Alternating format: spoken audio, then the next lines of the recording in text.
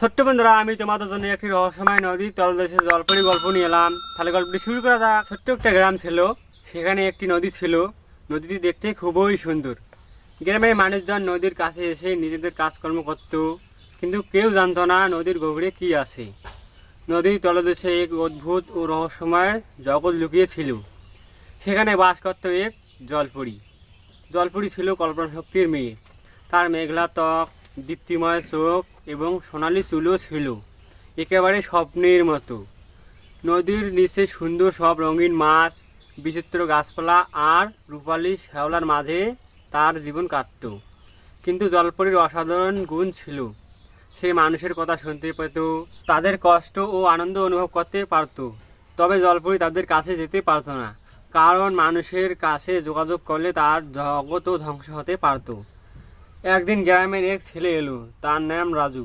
সে ছিল খুবই দুঃখী, তার জীবনে কোনো সুখ ছিল না। তার পরিবার ছিল দরিদ্র, আর তার স্বপ্ন ছিল একদিন সে নিজের জীবনের লক্ষ্য পূর্ণ করবে। কিছুতেই পথ খুঁজে পায় না। একদিন সে নদীর ধারে বসে তার ভবিষ্যৎ নিয়ে চিন্তা করতে লাগলো। তখনই জলপরি তার কথা শুনতে পেল। জলপরি ভাবলো তাকে সাহায্য করা উচিত, কিন্তু কিভাবে? সে জানতো নদীর জগৎ থেকে মানুষের জগতে আসা তার জন্য বারণ। তবে তার মনকে আটকে রাখতে পারল না। একদিন রাজুকে সাহায্য করার জন্য প্রস্তুত হলো। সে তাকে এক অদ্ভুত স্বপ্ন দেখিয়ে দিল। স্বপ্নে রাজু দেখলো যে জীবনে অনেক বাধা আসবে, কিন্তু যদি সে তার ইচ্ছা ও পরিশ্রমের সঙ্গে এগিয়ে যায় তাহলে একদিন সে সফল হবে। এই স্বপ্ন দেখে রাজু অনেক সাহস পেল। সে তার কষ্ট ও দুঃখ ভুলে গিয়ে নতুন উদ্যমে কাজ শুরু করলো।